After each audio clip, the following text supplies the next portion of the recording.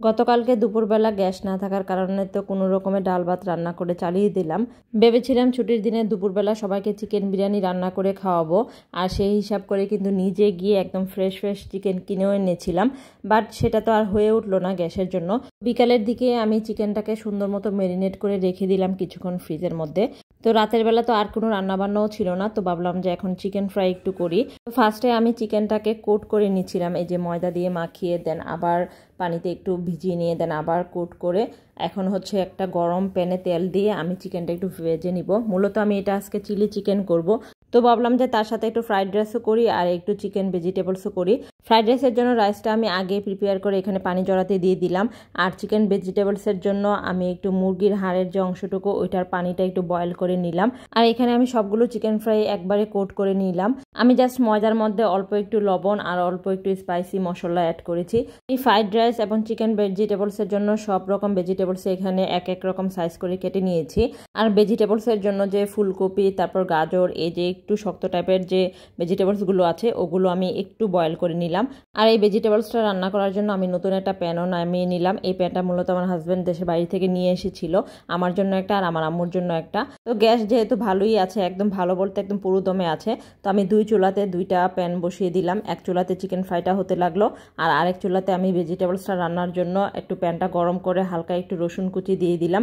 রসুন কুচিটা হালকা একটু ভেজে নেওয়ার পরে আমি এই যে চিকেন কিউব করে রেখেছিলাম ম্যারিনেট করে, এরকম ছোট ছোট পিস করে চিকেন ম্যারিনেট করে রেখে দিলে কিন্তু যে কোনো সময় যে কোনো কাজে অনেক বেশি হেল্পফুল হয়। দেখা যায় যে একটু নুডলস করতে বা একটু কিছু পাস্তা বানাতে এই চিকেন কিউবটা অ্যাড করলে কিন্তু খেতে খুবই ভালো লাগে। এক পাশের চুলায় আমার ভেজিটেবলসটা রান্নার প্রিপারেশন চলছে, আর আরেক পাশের চুলায় আমার চিলি চিকেনের জন্য চিকেন ফ্রাইটা আগে করে নিচ্ছি। তারপর আমি ফার্স্টে ভেজিটেবলসের জন্য বাঁধাকপিটা যে কেটে রেখেছিলাম ওইটা দিয়ে দিব।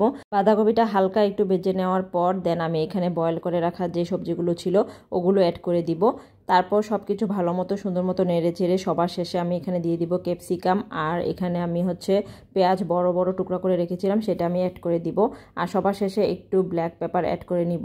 আর এখানে আমি পানি হিসেবে অ্যাড করেছি চিকেনের হাড়ের যে পানিটা আমি ফুটিয়ে রেখেছিলাম সেটা আমি এখানে অ্যাড করে দিব। সব কিছু সুন্দরভাবে মিশিয়ে নিয়ে দেন যখন ভালো মতো কুক হয়ে যাবে সবার লাস্টে আমি 2 টেবিল চামচ কর্নফ্লাওয়ার পানিতে গুলিয়ে নিয়ে দেন এটা অ্যাড করে দিব। কর্নফ্লাওয়ারটা অ্যাড করার পর দেন আমি 30 সেকেন্ড থেকে 1 মিনিট রান্না করার পর আমার ভেজিটেবলসটা নামিয়ে নিব। আর অন্য পাশে কিন্তু আমার চিকেন ফ্রাইগুলো ভাজা একদম কমপ্লিট হয়ে গেছে। নাও এখন আমি ফ্রাইড রাইসটার জন্য প্রিপারেশান নিব। ফ্রাইড রাইসের জন্য তো আমি আগেই সব ভেজিটেবলস রেডি করে রেখেছিলাম। এখন এই যে সব ধরনের সস দেন হচ্ছে ডিম যা যা কিছু লাগে সব কিছু আমি নামিয়ে নিলাম। দেন আমি ফ্রাইড রাইসটাও অফ ক্যামেরাতে করে নিলাম। আসলে ফ্রাইড রাইস দেখানোর মতো কিছু নাই, আমরা মোটামুটি সবাই আসলে এই ফ্রাইড রাইসটা রান্না করতে পারি।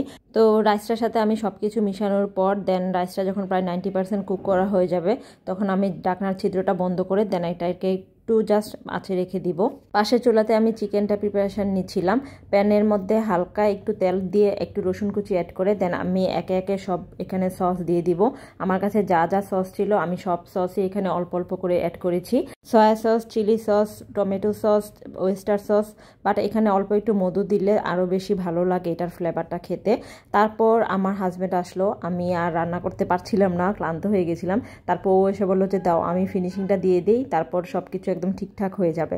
মানে কষ্ট করে এতক্ষণ দাঁড়িয়ে থেকে রান্না করলাম আমি, আর ও সবার শেষে একটু খুন্তি নাড়া দিল, তাতে নাকি একদম সবকিছু একদম পারফেক্ট হয়ে যাবে। ফ্রিজে এক টুকরা বাটার পড়েছিল, তো সেটা নিয়ে এসে ও এখানে এটার সাথে অ্যাড করে দিল।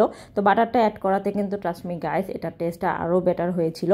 তো সবার শেষে ডেকোরেশনের জন্য আমার তেমন কিছুই ছিল না, জাস্ট অল্প একটু সাদা তিল আমি উপর থেকে ছিটিয়ে দিলাম, আর তার সাথে অল্প একটু পেঁয়াজের কলি আমি কুচি কুচি করে কেটে দিয়েছিলাম জাস্ট এটা ডেকোরেশনের পারপাসে।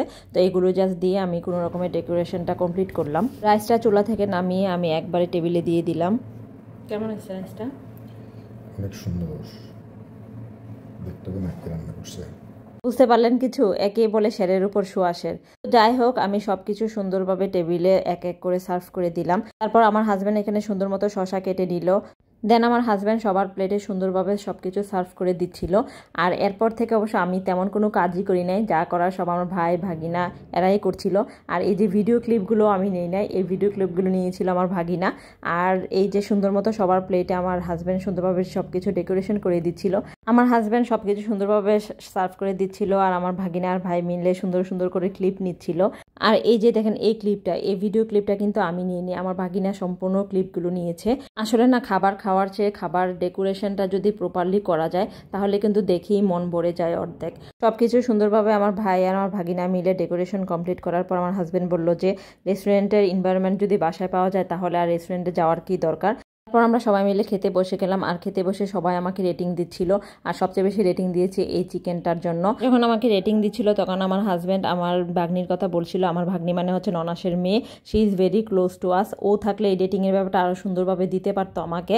আমি জানি না ও ভিডিওটা দেখবে কিনা। যাই হোক, বাসায় সবাই মিলে খুব সুন্দর একটা ডিনার কমপ্লিট করলাম। আপনারাও কিন্তু মাঝে মাঝে আপনাদের ফ্যামিলি মেম্বারদের এভাবে সারপ্রাইজ দিতে পারেন।